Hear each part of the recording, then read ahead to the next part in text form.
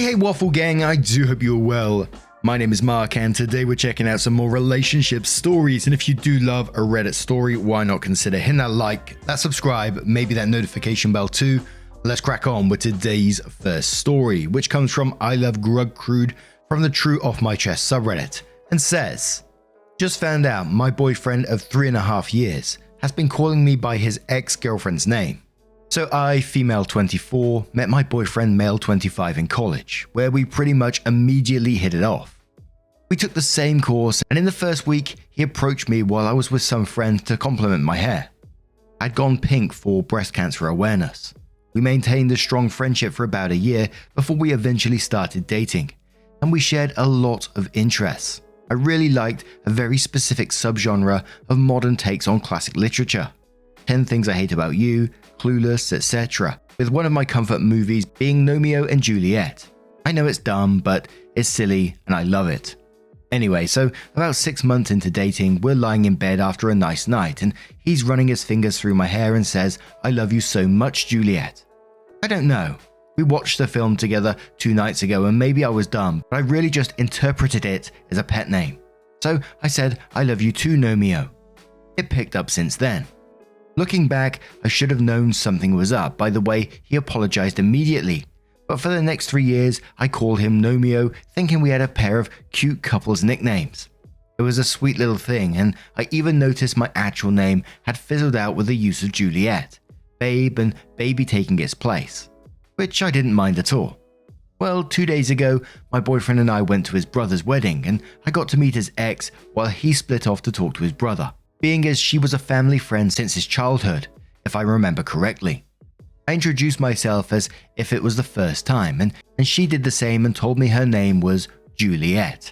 I immediately put it together, but didn't want to stir a scene at the wedding, so I played it off.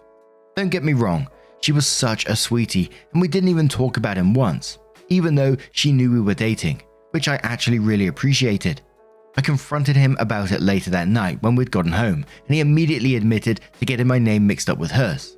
Our names could not be more different, might I add, on that night, and didn't know what to do when I misunderstood him and just went along with it. We've kissed and he's called me Juliet, made love and he's called me Juliet, gone out and he's called me Juliet. He's called me Juliet in front of my parents, but I'm now just finding out he's been calling me by his ex's name. I feel sick, and I'm seriously considering breaking up because I felt nothing but embarrassment since the other night. I just needed to get it off my chest. He says it doesn't matter since it's our nickname, but now the origin of it sticks in my mind, and I don't know what to do about it. Now, I guess I can kind of understand it happening the first time, and you said he was apologizing but didn't make it clear what he was apologizing for.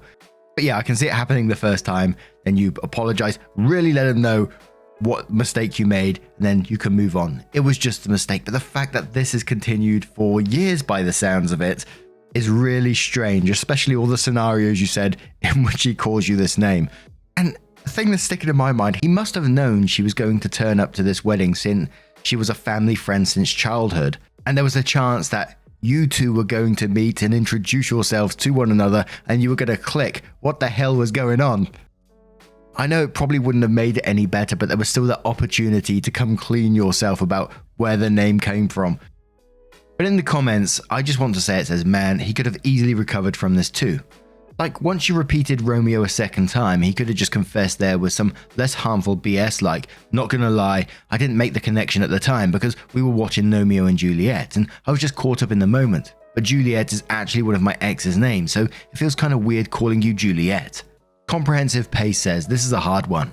I don't think I could get past this, but I also understand humans are inherently dumb, and I do get the fact that there may have been a slip up at first and he just went with your misunderstanding.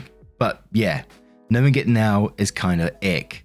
Also, the love story you have is now gross and you'll likely not want to keep doing it. So where does that leave you? I would have an honest and hard conversation about the trust and communication, see how that goes and hopefully keep moving forward and start a new story.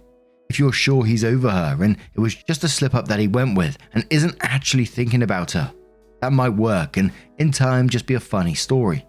But I understand it being something on your mind. Like I said, it's a hard one. Opinionated says, same thing happened to me many years ago, but I was the ex. My ex called his new girlfriend with my name frequently. Not because he still loved me, just a slip. My friends told me that she was jealous of me and do not like me because of this. And my name is kinda unique and very different from hers. But they keep the relationship going for many years, and eventually he quit calling my name. In this case, I think for the first time he slipped, then you responded with Romeo. It was a new relationship, so I guess he was afraid to confess it and played along. My question is, and it may sound awkward, how often did you call him Romeo, and did he always call you Juliet? In his thought process, he could think that he should keep saying Juliet, or it can get weird, or it really turned out to be a pet name. People are dumb like this. If it was really sinister, he wouldn't invite you to the wedding, nor let yourself introduce to his ex. Climate No says, oh girl, I personally would never recover from this. That's completely unacceptable. And the fact that he didn't tell you earlier is a huge red flag. Keep us updated on what you do because I'm invested now. And one more final comment from Bloody who says, I can understand perfectly how this got here. He effed up, you misinterpreted and saved it. He went along with it. I think what's really important is what he thinks when he says it. Is he thinking Juliet or is he thinking Juliet?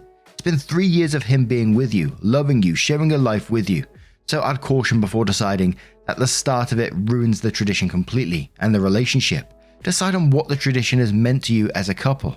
Is the name important or the person behind it? If in his mind the only Juliet is you as your person, Juliet, then old Juliet has no meaning. Put another way, what's in a name? That which we call a rose by any other name would smell just as sweet. My abusive ex shares the same first name as my brother.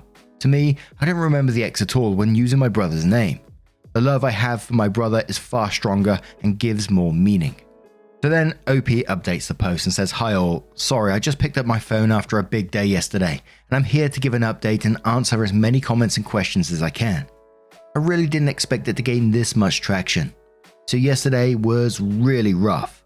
I'd made the post just before dinner and soon after we had a long talk about it and promised we'd both tell the full truth. He said he was upset and hurt that I'd let something so minute affect a 3-year-long pet name. I understood where he was coming from, but it really doesn't feel minute to me, which I made clear to him. I asked him why he didn't just immediately admit to it, or why he continued to call me Juliet. And he said he didn't want to be the bad guy, but the second and third time afterwards was him just testing to see how I'd react, which really stung to hear. I asked him how he'd feel if the roles were reversed, and he said he'd feel pretty crappy. I then asked him if he still had feelings for his ex-girlfriend, to which he admitted he did, but only in the same way that everyone does. Also, for those of you asking, I believe they dated for just under a year. I didn't want him to shell up, so I remained calm and asked him who he thought of when he said Juliet. He was quiet for a moment, but when he spoke up he said, and I quote, I guess I was thinking about you, both, but mostly you. And that was it. I broke down crying while he was apologizing and trying to take it back. But I think I was too far gone to even think about it. Last night he slept on the couch and this morning I woke up very early to pack the essentials and left to stay with my parents until I can fully calm down. I wish I could say I was angry, but I'm honestly just sad. I always promised myself that I'd never let a relationship get to me and that I'd recognize the red flags from having to watch friends go through relationship troubles, but I guess here I am. He sent me a message at around 8 asking where I was and sent me one about an hour later apologizing again. I don't know. I'm really trying to be mature about this whole thing, but between the sobbing voice messages he's sending, something I really never expected to hear from someone who really presented himself as stoic, and what he's done, I'm truly just fighting the urge to block him and throw my phone out the window. But yes, that's where we are now. I'll do my best to respond to all your comments in the best way I can, but I find reading through them to be quite relieving, with many people giving me advice and support. I appreciate you all. Edit. Also, I thought I should mention for all of you who were confused, I used college as my sister said. That's what most of the world calls university. I started uni when I was just turning 20, as I'd taken a gap year to earn some money to rent out my own place. We met in my first year and had definitely not known each other for the 6 to 7 years people are estimating. Oh, and I meant to say Nomeo instead of Romeo, but my phone kept auto-correcting. That's been edited in the original post though. And it just left me with like, how big of a hole can you keep digging for yourself here? The bit in the first post where he initially called her by that nickname, he could have recovered by that by apologizing straight away. He didn't. He continued it for the 3 years. Then in the update, when they had this conversation and she asked him, "Who are you thinking about when you mention that name?" He could have said, "It was absolutely you. That name became important to me because of you, and that's why I wanted to continue to use it," or something along those lines. I'm not sure if it would have made any difference or whatever. But he turned around and said, "I'm thinking about you both." Holy moly. What do you guys make of this situation? Let me know your thoughts down in the comments below. And let's move on to another story. And our next story comes from the True Off My Chest subreddit with an update as well from Topfile1560 and says, "Getting cheated on and getting a divorce made me realize how much I was missing from life. I, 33 female, just wanted to share this with everyone who's going through a divorce or a heartbreak for a similar reason. I married someone who I loved with all my heart. We met in college and right after graduation we got married. I decided to stay home because my husband, 34 male, made a lot of money. I gave him everything, supported his business, cooked for him, cleaned for him, basically babied him a lot because I was in love with him. I thought if I was a good wife and nurtured him, he would love me back. And for like 5 years, it was good. I discovered he was cheating on me when I found a random receipt from a hotel. I investigated a little and found out he was in fact cheating on me. And his affair partner was my best friend, Kylie, 31 female. I was betrayed by 2 of my closest people. Kylie gave me a vague excuse that she didn't want to hurt me, but she just fell in love with him. His excuse was, "You do not make me feel special anymore. You've just got boring and let yourself go." I agree, I was a little chubby back then because of my medicines. Also, I was always tired to work out. I tried the path of reconciliation but failed. He left me for Kylie. This whole incident made me realize who are my real friends and who are my fake ones. There were people who are neutral, but only 2 of them. Josh and Marie were on my side and cut off Kylie. I was really devastated. I felt like without him, I was a no one. I lost my husband, my best friend, my house, my life. I stayed with Marie for a while. She offered me a small job in her catering business. I love food. When I was married, I would make different variety of food for my ex-husband. Cooking was just very therapeutic to me. During that time, Marie's mum gave me some useful advice. That is, an average human lives for 75 years. You are already 27. Are you that stupid that you want to waste the rest of your life being sad over a man who never loved you? That thing really stuck with me. I have trust issues because of my husband's infidelity. I have trouble dating, so I skipped it for a while. I focused on working on myself. I socialized with a lot of people while I was catering and made a lot of connections. I always wanted to start a business of my own, and since I loved creating food, a customer I was catering for actually gave me an idea to start a baking business. My friends also helped me a lot.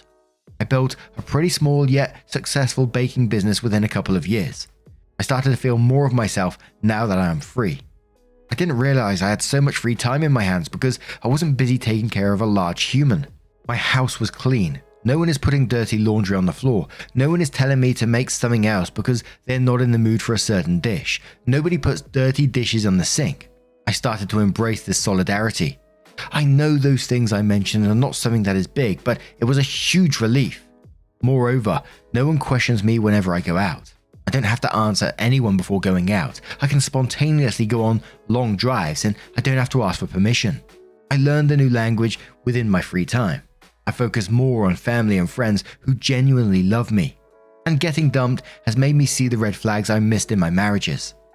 I used that as a lesson to steer clear of any trash men in my life. I dated a few men, but they didn't seem nice to me. But it didn't bother me a lot. I'm happy being single and carefree. I see my divorce as a blessing to me rather than a curse. I do feel alone sometimes, but recently I got a call from Kylie saying that she regrets marrying my ex because he never appreciates her and always puts the burden of everything on her. We have 2 kids now, but my ex doesn't help with any chores. She is always tired and exhausted after taking care of 2 kids and an adult. It just made me realize that it would have been me if my husband didn't cheat on me with Kylie. I simply told her, "Well, you said you loved him, so here's your problem now. What's the point of coming to me?" That B has the audacity to say she wanted a friend. I blocked her number. I don't want to be in their lives, Sometimes I feel like I missed my prime because I am now 33. It feels too old to start over. But I still have hope for love one day. I'm currently dating a guy who is also divorced like me because his wife cheated on him. So we'll see how that goes. Then after that post, OP went to the r/advice subreddit. There was a bit of a twist going on. So OP says in their title of their new post then, my ex-best friend who is married to my ex-husband hired me to make a cake for her son's birth. I, 33 female, am in a bit of a dilemma. You see, my ex-best friend, 31 female, had an affair with my ex-husband, 34 male, when we were married. Our friendship fell apart right over there. I didn't have any contact with her until a month ago. She called me and said she is not happy with her life. I've moved on with my life. I don't need their shenanigans. I run a small baking business and it is relatively new. I only take orders for cakes on occasions like birthdays, graduations or reunions, except for weddings. I have some plans to expand it and also have a dream to open a bakery of my own one day. A few days ago, I get an order from my ex-best friend. She wanted me to make desserts for her son's first birthday, and she doesn't just want me to make a birthday cake. She also wants a dessert section in the birthday party. It is a huge order and the pay is good. It will be good for my business, but as you can see, she and I have a history. This made me question, why does she want me to do it? My ex comes from a well-to-do family. He also has a high-paying job. She could easily hire the best baker in town. Why does she want me to do it? My business is not that big.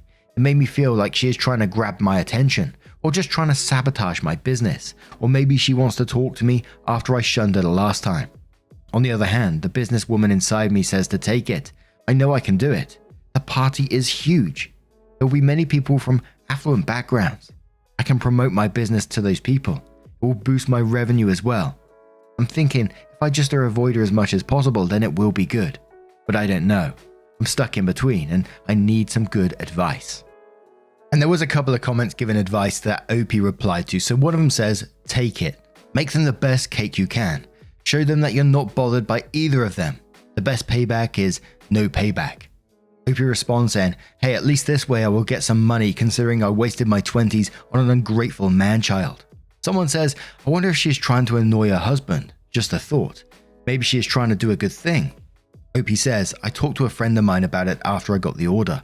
She is in the catering business too.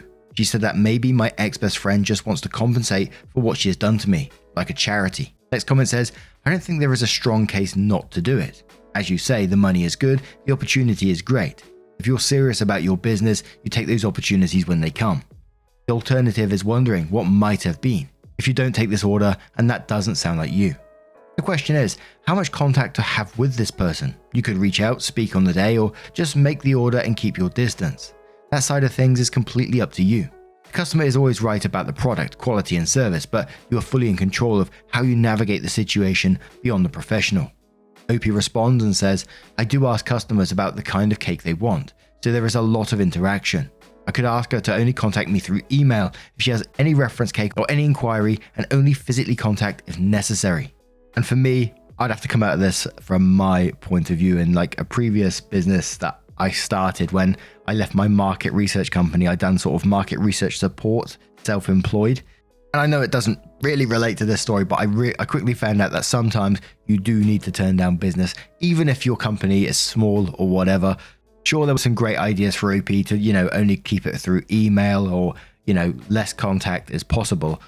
It just felt to me that this is only happening because she's trying to get in contact or something along those lines. And there's always the chance that she'll receive the cakes and then give you a negative review. And like you said, all these affluent people are there and they see that as well. It might not happen. She might be just trying to do good, but there's always that chance, isn't there? And for me, it wouldn't be something that I personally wouldn't want to risk. But I'm not in your situation. I don't know your money situation. And in the end, I don't know your business. But a couple more comments. ATJ says, I don't think you should do it. You said there's a lot of interaction when planning the bake and you're likely to have to stay for the party.